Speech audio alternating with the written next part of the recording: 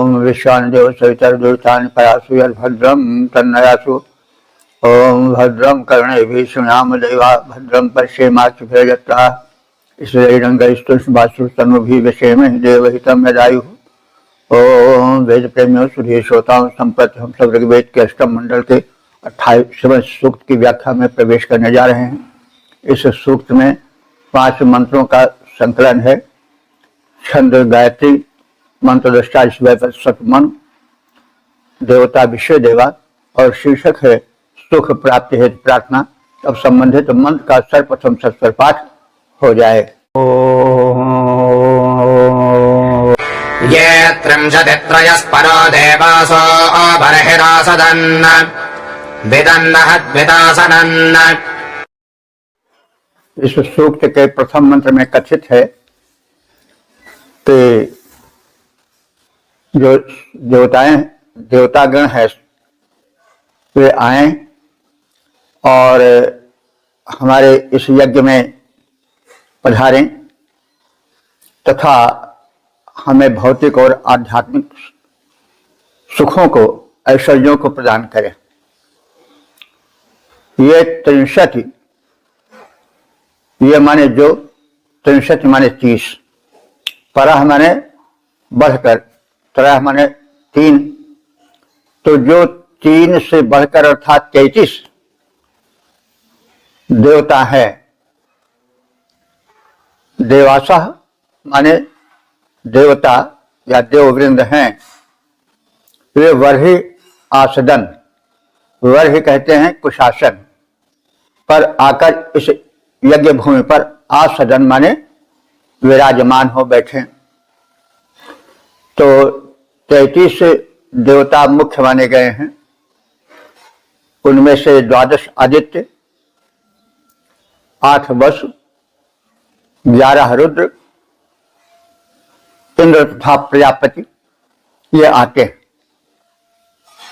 तो यह जो 33 कोटि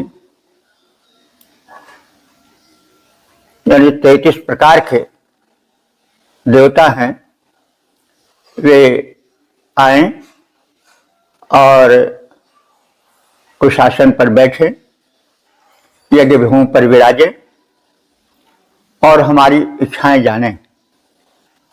विदन माने जाने। द्विता आसनन, द्विता माने 2 तरह के, आसनन माने ऐश्वर्य प्रदान करें। तो 2 तरह के ऐश्वर्य कौन है? भौतिक और आध्यात्मिक, अथवा लौकिक और पारलौकिक। तो सुख जो सांसारिक हैं वे लौकिक सुख हैं। अधिकार, राज्यपाट, धन धान्य,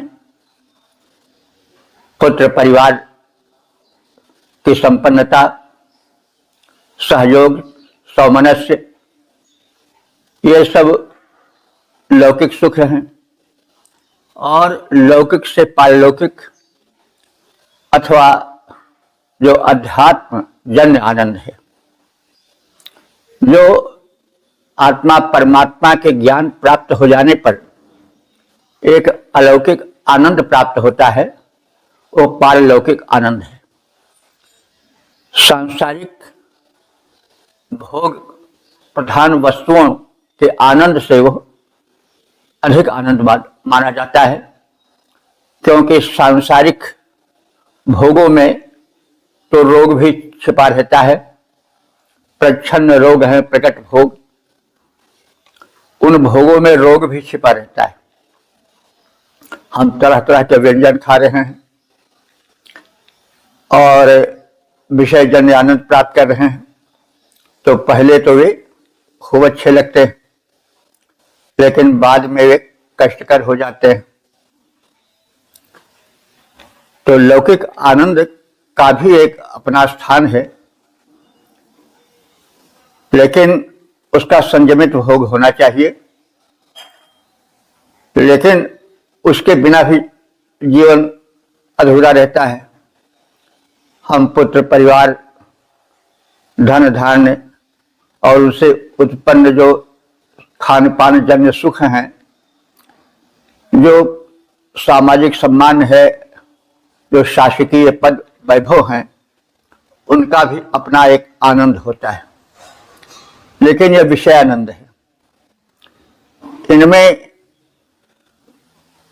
कब बाधा पड़ जाए, ये कब नष्ट हो जाए, कब मनुष्य पथभ्रष्ट हो जाए, कब अपने पराये बन जाए, कब रोग शोक आ जाए,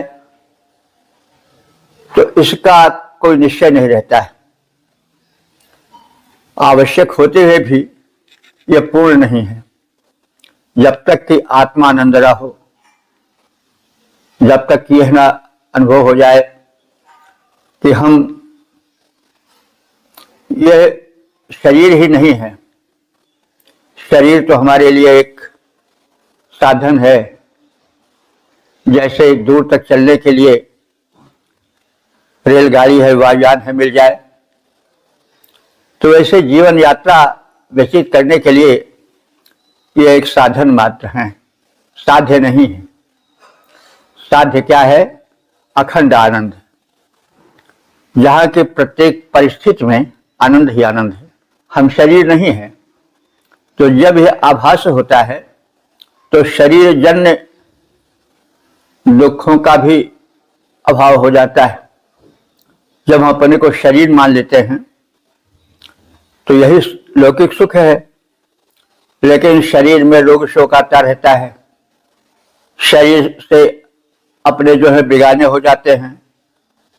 हम मान लेते हैं कि शरीर से संबंधित जो पुत्र परिवार है वो सब हमारा है, और जब ये भावना दृढ़ हो जाती है तो फिर दुख अपनी घात लगाए जो बैठा रहता वो सवार हो जाता है।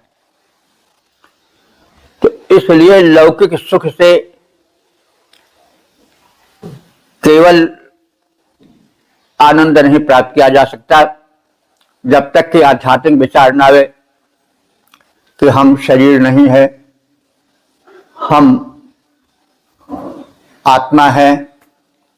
शरीर तो हमारा एक साधन है, जैसे रेलगाड़ी, हवाई जहाज और वाहन आदि। तो हम रेल को ही अपना मान लें तो फिर कष्ट होगा, क्योंकि हम एक लक्ष्य तक पहुंच करके चाहेंगे कि वैसे चलते रहें तो दुख नहीं होगा। जब यह समझ लें कि रेलगाड़ी हमारी नहीं है, हमारे लिए है, और हमें एक निश्चित स्टेशन पर उतरना है, तो हमें कोई दुख नहीं होता है। जब हम रेलगाड़ी को अपना समझ लेंगे तो फिर वही संकट उपस्थित हो जाएगा। हम बेटिकट रहेंगे तो काला कोट वाला आवेगा, हमें उतार देगा गाड़ी से, हम पर जुर्माना लाद देगा। तो जब हम किसी वस्तु पर अपना अधिकार मानते हैं तो वही भौतिकता है, और जब समझते हैं कि यह हमारा नहीं है, हमारे लिए है, तो फिर वहीं से आध्यात्मिकता प्रारंभ हो जाती है। उदाहरण स्वरूप लें, बैंक का जो कर्मचारी है, बाबू है, उसके अधिकार में लाखों करोड़ों रुपए हैं। वो रुपयों को बांटता रहता है, लेकिन उसके मन में यह नहीं आता कि यह हमारी है, हम तो एक सेवक हैं, बांटने के माध्यम है। तब तक तो खैरियत है, लेकिन जिस दिन वो समझ ले कि नहीं ये रुपया हमारा है, फिर हथकड़ी पड़ने में देर नहीं है। तो वैसे ही समझना चाहिए कि संसार, पुत्र परिवार, धन दौलत हमारे लिए है, लेकिन हमारे नहीं है। तो यह विचार अध्यात्म को ले जाता है। और तभी हमको सुख शांति मिल पाती है। वासांश जीर्णानि यथा विहाय नवानि गृह्णाति नरोपराणि तथा शरीरान विहाय जीर्णानि अन्यानि संजाति नवानि देहि। गीता में कहा गया है कि जैसे पुराने कपड़े बदल करके नए कपड़े धारण कर लिए जाते हैं और उस समय विषाद नहीं होता, हर्ष होता है, भाई हमारा कपड़ा बदल गया। तो ऐसे मृत्यु को समझना चाहिए कि अरे भाई हम एक पुराना कपड़ा पहने थे, शरीर था तो ठीक है, छूट गया छूट गया। यही आध्यात्मिकता है। राम नाम सुमिरन कर बाल कीन्ह तन त्याग सुमन माल जिमि कंठ ते गिरत न जाने नाग। बाली ने शरीर त्यागा तो राम राम राम नाम कहते हुए त्यागा, और फिर शरीर को त्यागने में उसे कष्ट नहीं हुआ। उपमा दे रहे हैं महात्मा तुलसीदास जी कि जैसे नाग, नाग माने हाथी, सुमन माल फूलों की माला उस हाथी के कंठ से गिर जाए तो हाथी को अनुभव नहीं हो कि कोई चीज हमारे कंधे से गिर गई। तो वैसे ही प्राण निकल जाते हैं, कष्ट नहीं होता, अरे ये हमसे छूट रहा है, वो हमसे छूट रहा है, झटका लगता है। तो वही कष्ट है। मृत्यु तभी कष्टकर होती है जब मनुष्य वस्तु से लगाव रखता है। शरीर छूट रहा है, पुत्र छूट रहे हैं, परिवार छूट रहा है, धन संपत्ति छूट रही, जिसके लिए हमने अपना ईमान खोया, जिसके लिए हमने न जाने कितने कुकर्म किए, अरे ये सब छूटे जा रहे हैं, हाय हाय। तो फिर वहीं पर कष्ट दबोच लेता है। तो इतने तक भौतिकता है या लौकिकता है।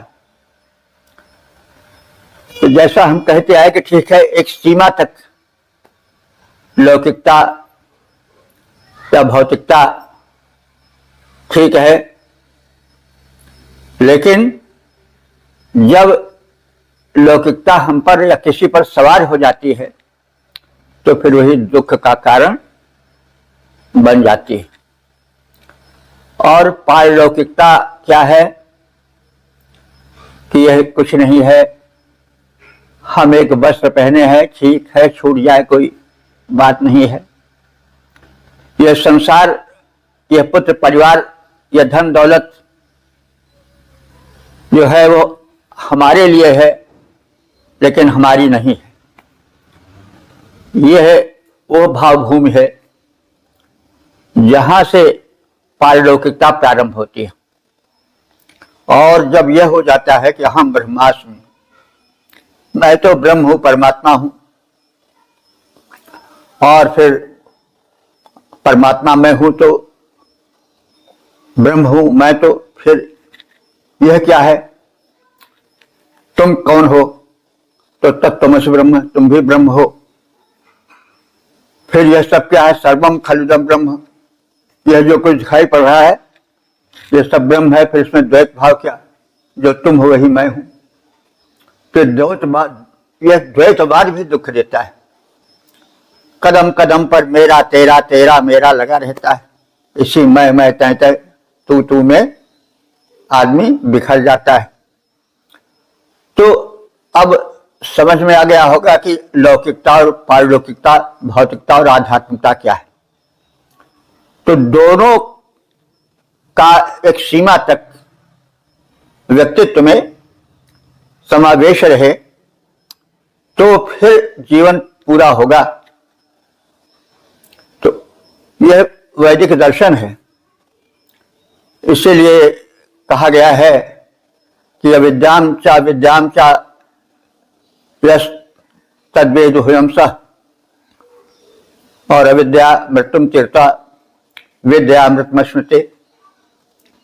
तो अविद्या जो है वो भौतिकता है, लौकिकता है, और जो विद्या है वही आध्यात्मिकता है।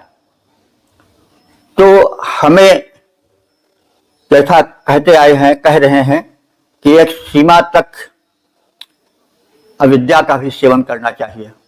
वही अविद्या सांसारिकता है अथवा भौतिकता है, क्योंकि परलोक की राह इसी लोक से जाती है। और आध्यात्मिकता क्या है? वही विद्या है जिससे हम पारलौकिक ज्ञान की सीढ़ी पर कदम रखते हैं।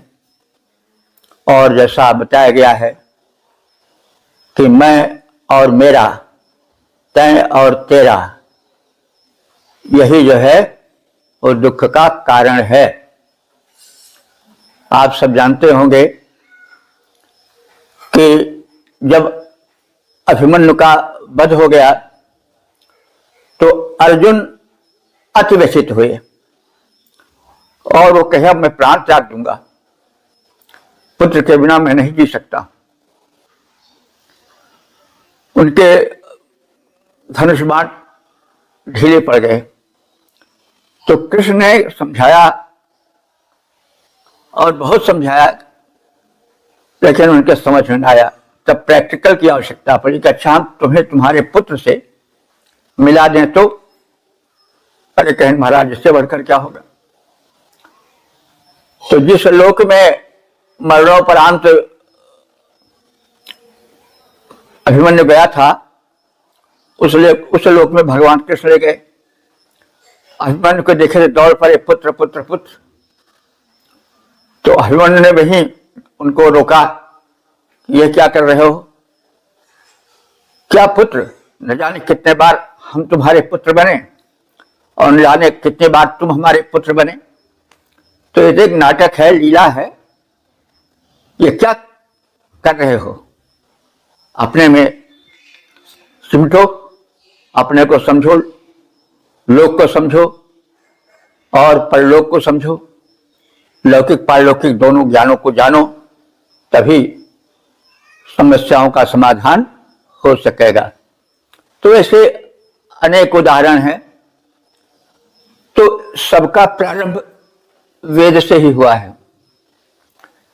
इसी संदर्भ में कहा गया है कि हे देवताओं, हमें वह समझदारी, वो भावभूमि दो जिस पर हम स्थित होके भौतिकता और आध्यात्मिकता दोनों की साधना कर सकें, लौकिकता और पारलौकिकता के अंतर को समझ करके दोनों से युक्त रहें, दोनों में एक अनुपात से हम अपने जीवन को बितावें।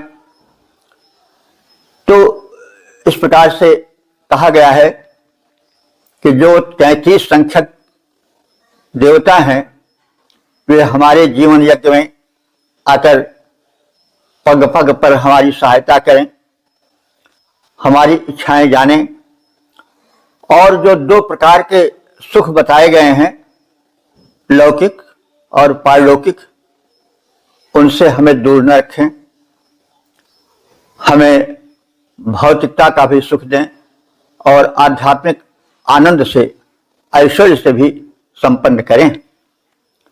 33 देवगण आ जाएं, आसन परिवेश शोभा पाएं, भौतिक आध्यात्मिक उभय कोटि के सुख हमको देते जाएं। ओम 8/28/2 देवता विषय देवा आतिथ्य ग्रहण हेतु प्रार्थना। अब संबंधित मंत्र का सर्वप्रथम सस्वर पाठ हो जाए। वरुणो मित्रो अर्यमास्मद्रा दिशाचो अग्नजाः पत्नी बन्तो वशकृतोः। इस दूसरे मंत्र में यह कथित है कि जो देवगण हैं वे आए और उनके साथ उनकी शक्तियां आवे। शक्ति क्या है? पत्नी। तो देवों की कोई पत्नी नहीं, उनकी शक्ति ही उनकी पत्नी है। पा धातु से पत्नी बनता है, तो पत्नियां पति की रक्षा करती हैं। इससे जैसे पति वैसे पत्नी। पा धातु से पति भी बनता है, पा धातु से पत्नी, रक्षण, पा रक्षणे, रक्षण के अर्थ में जो पा धातु प्रयोग होती है उसी से पति भी बनता है, पत्नी भी बनता है। रक्षण से संबंधित हैं तो देवगण की जो शक्तियां हैं वो उनकी पत्नी है, क्योंकि वे दोनों एक होकर के बिल्कुल मिले जुले हैं। तो इस दूसरे मंत्र में यह कहा गया है कि देवगण आए और उनके साथ उनकी पत्नियां जो शक्ति स्वरूपा हैं वो भी आवे। वरुण, वरुण देवता, मित्र, मित्र देवता, अर्यमा, अर्यमा देवता, ये सब आदित्य मंडल के सदस्य हैं, 12 आदित्यों में से हैं। वरुण, मित्र, अर्यमा और अस्मद्राति साच। तो इन्हें आने के उपरांत, इनके आने के उपरांत से निवेदन किया गया है कि वे आकर के अस्मद्राति साचा, अस्मद्रात माने हमारे द्वारा प्रदान की गई आहुतियों को स्वीकार करें और पत्नी वंता अग्नया, और पालन करने वाली अग्नियां अथवा पत्नी समेत अग्निया देवताओं के साथ उनकी पत्नियां भी होती हैं। तो वे देवता आवे, उनके साथ शक्ति स्वरूपा उनकी पत्नियां भी आवे और आकर के वखट कृता, वखट माने स्वाहोच्चार, स्वाहोच्चार पूर्वक हमारे आहुतियों को की गई सत्कार और अर्पण को स्वीकार करें। तो अब यहां पर स्वाहोच्चार का अर्थ आप सब जानते होंगे, जान भी लें। हर बार आहुति अर्पण के साथ स्वाहा किया कहा जाता है। तो स्वाहा का अर्थ है कि स्वधन हा, मनुष्य की प्रवृत्ति है कि वह अपनी वस्तु को त्यागना नहीं चाहता, उससे मोह रहता है। तो इस मोह प्रवृत्ति को हटाने के लिए स्वाहा कहा जाता है, मतलब अपनेपन को छोड़ना। कहा जाता है ओम इदम नमम इदम इंद्राय, ओम इंद्राय नमः स्वाहा, ऐसे देवताओं का नाम लेकर कहा जाता है कि यह जो मैं अर्पण कर रहा हूं यह इंद्र की है, मेरी नहीं है। और इंद्र को स्वाहा पूर्वक माने आत्मीयता, अपनापन, समर्पित वस्तु में जो लगाव है उसको मैं छोड़ रहा हूं और अपनेपन का त्याग कर रहा हूं। मैं अर्पण में किसी प्रकार का मोह नहीं रख रहा हूं। तो यह जो समर्पण भाव है उसी का सूचक है स्वाहा। वखट भी वही स्वाहा कह देता है, वखटकार, स्वाहा, स्वाहोच्चार सब एक ही है। तो वखट कृता, हमारे द्वारा जो आहुति अर्पण के समय स्वाहोच्चार किया जाता है या वखटोच्चार किया जाता है, उसके साथ साथ सत्कृत होकर के ये देवगण हमारे द्वारा समर्पित आहुतियों को ग्रहण करें और पत्नीवंता अपने पत्नी के साथ, अपनी शक्तियों के साथ हमारे यज्ञ में आए। वरुण, मित्र, अर्यमा तथा अग्नि देवता स्वाहोच्चार सहित हवि ग्रहण करने के लिए अपनी शक्तियों अर्थात पत्नियों के सहित हमारे यज्ञ भूमि पर पधारें और हमारे द्वारा सत्कृत हों, हमारा आतिथ्य ग्रहण करें।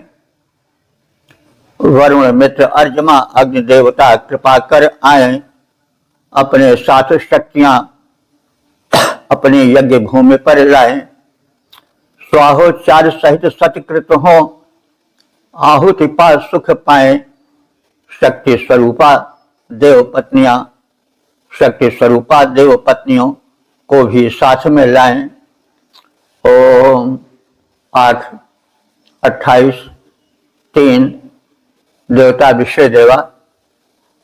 शीर्षक है सुरक्षार्थ प्रार्थना। अब संबंधित मंत्र का सर्वप्रथम सस्वर पाठ हो जाए। तेना गोपा अपाच्यास्त उदक्त इत्थान्यग पुरस्तात् सर्वजाभिषान्। यह तीसरा मंत्र कवच तुल्य है। कहा जा सकता है कि जो पुराणों में कवच वाले मंत्र हैं वो ऐसे ही वेद मंत्रों से प्रेरणा पाए होंगे, क्योंकि पुराण जो है वो भी वेदों का ही उपबृंखण है, विस्तार है। तो ये पुराण, रामायण, महाभारत, ये सब जो हैं वे वेदों के उपबृंखण हैं, यानी वेदों के आश्रित हैं, वेद की भावना से परिपूर्ण है। और जो वेद का संदेश है इन वेद पर आश्रित रामायण, महाभारत, ये इतिहास ग्रंथ कहे जाते हैं ये, और पुराण भी वेदों से प्रभावित माने जाते हैं। तो ऐसा कहा भी गया है कि वेदो बृंहयेत इतिहास पुराणेभ्य वेदो बृंहयेत। इतिहास रामायण महाभारत है और पुराण आप सब जानते हैं। तो इतिहास पुराणेभ्यो वेदम उपबृंहयेत। इतिहास और पुराणों के अध्ययन से वेद का जो छिपा अर्थ है उसे प्रसारित करना चाहिए। तो इस तीसरे मंत्र में जो पुराणों में कवच रूप में श्लोक हैं वे प्रभावित हैं। तो इसे हम देख सकते हैं।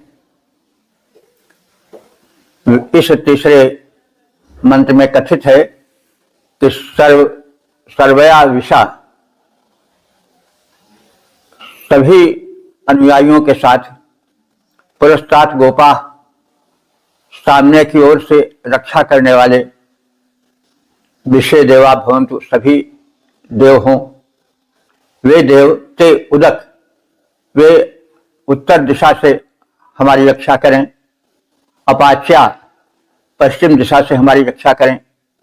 न्यक माने नीचे की ओर से हमारी रक्षा करें।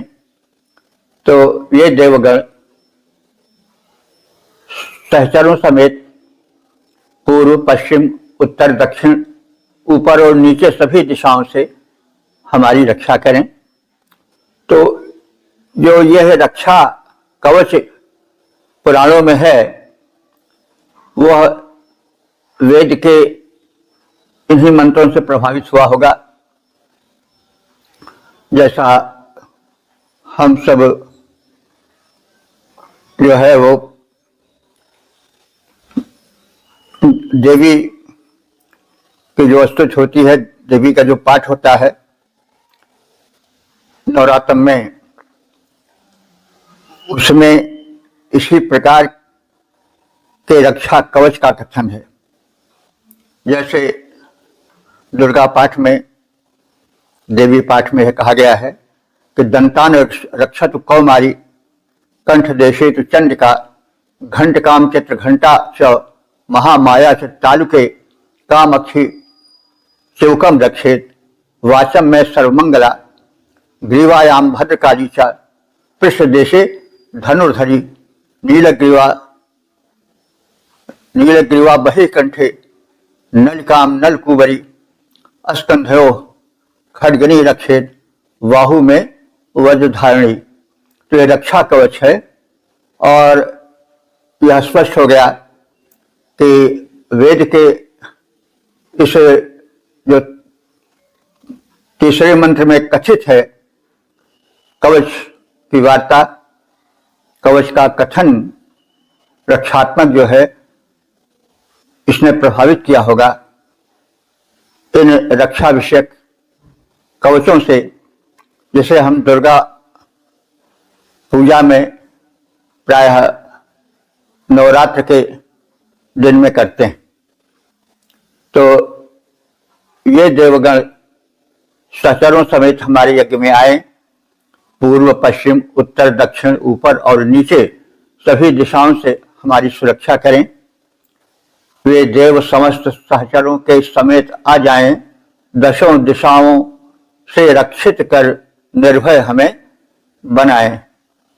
ओम 8/28/4 देवता विश्व देवा, शीर्षक है देव इच्छा प्रधान। अब संबंधित मंत्र का सर्वप्रथम सस्वर पाठ हो जाए। यथा वशन्ति देवास्तथेदसत्तदेशान्न गिरामिनत अरावाचनमर्त्याः। इस चौथे मंत्र में देव शक्तियों की प्रबलता का कथन है। जैसा चाहते हैं देवगण वैसा ही होता है। मनुष्य का पुरुषार्थ इन शक्तियों की सहायता पर निर्भर है। तो देवाः यथा वशन्ति, देवगण जैसा चाहते हैं, जैसी इच्छा करते हैं, तथा इत असत वैसा ही घटित होता है। तेषां तत्, उन देवों की उस इच्छा को अरावा मर्त्याः च न, यह मरणशील मानव कभी टाल नहीं सकता है। न कि आमिनत, न कि माने अन्यथा, आमिनत अन्यथा नहीं हो सकता है। अन्यथा माने जैसा वो चाहते हैं उसके विपरीत नहीं हो सकता है। इसमें हर इच्छा बलियसी कहा गया है। तो यह भी सत्य है, मनुष्य का पुरुषार्थ अपने स्थान पर है, लेकिन उसके पीछे कोई एक अदृश्य शक्ति कार्य करती है। तभी तो बड़े बड़े ख्वाब देखने वाले, बड़े बड़े परिश्रमी, बड़े बड़े उद्यमी असफल हो जाते हैं अपने प्रयत्नों में। और जो अल्प प्रयास वाले हैं वे कभी कभी ऐसा उन्नत पद पा जाते हैं जिसकी वे भी कल्पना नहीं किए रहते, कोई भी कल्पना नहीं किए रहता। तो इसमें देवच्छा ही मानी जाएगी। हम देखते आते हैं कि बड़े बड़े पुरुषार्थियों के सपने चूर चूर हो जाते हैं, लेकिन अल्प प्रयास वालों के सपने ऐसे पूरे हो जाते हैं कि जिसकी न वे कल्पना करते थे और न सामान्य व्यक्त करते थे। ऐसा हम जीवन में, जगत में घटित देखते हैं। तो पुरुषार्थ अपने स्थान पर है, लेकिन पुरुषार्थ के साथ साथ देवेच्छा के भी महत्व को दिखाया गया है। वेद में स्थान स्थान पर पुरुषार्थ की महिमा है, लेकिन उसके साथ साथ यह भी बोध कराया गया है कि सब कुछ आदमी के हाथ में ही नहीं होता। उस अदृश्य शक्ति जो देव शक्ति कही जाती है, उसके हाथ में भी बहुत कुछ होता है। इसलिए यह गर्व कि हम जो चाहेंगे कर लेंगे वो मिथ्या है। इसमें कुछ अधिक कहने की आवश्यकता नहीं है। यह कथित है कि देवगण जैसा चाहते हैं वैसा ही होता है। उन देवों की इच्छा के विपरीत करने में कोई भी हो, कैसा भी हो, करने में समर्थ नहीं हो सकता है। शत्रुता करे, कितने ही शत्रु क्यों ना हो, वे भी यदि भगवत इच्छा अपने साथ है तो वे भी कुछ नहीं कर सकते हैं। जाको राखे साइया मार न सके है कोई, बाल न बांका कर सके जो जग बैरी हो। तो जैसा चाहे देवगण वैसा ही सब होए, नहीं अन्यथा कर सके पूरे जग में कोई। तुलसीदास जी ने भी कहा है मानस में, राम कीन्ह चाहे सो हुई, करे अन्यथा अस नहीं कोई। तो इस प्रकार से हर इच्छा बलवती है और उसे भी ध्यान में रखकर जीवन बिताना चाहिए। और यही इसलिए कहा गया है कि अगर सपने टूट जाएं तो फिर उसमें अधिक दुखी नहीं होना चाहिए, क्योंकि मनुष्य के पीछे भी कोई एक शक्ति है जो कार्य करती है। तो किसी कारणों से वो अनुकूल नहीं है, तो ऐसा जो कुछ हो गया जिसकी हम कल्पना नहीं कर सकते थे वो हो गया, तो उस पर सिर ढूंढने की आवश्यकता नहीं है, क्योंकि कर्म की डोर बहुत दूर तक है। जीवन जगत जितना हम देख रहे हैं उतना ही नहीं है, इसके पीछे भी बहुत है, आगे भी बहुत है। जैसे सरिता बह रही है तो जो हम सामने देख रहे हैं उतनी ही सरिता नहीं है, पीछे भी बहुत दूर तक है, आगे भी बहुत दूर तक है। इसलिए जन्म जन्मांतर के संस्कार भी साथ देते हैं। यह संदेश इस मंत्र का है। ओम 8/28/5 देवता विषय देवा शीर्षक अस्त्रधारी तेजोबल से संपन्न मरुद्गण। अब संबंधित मंत्र का सर्वप्रथम सस्वर पाठ हो जाए।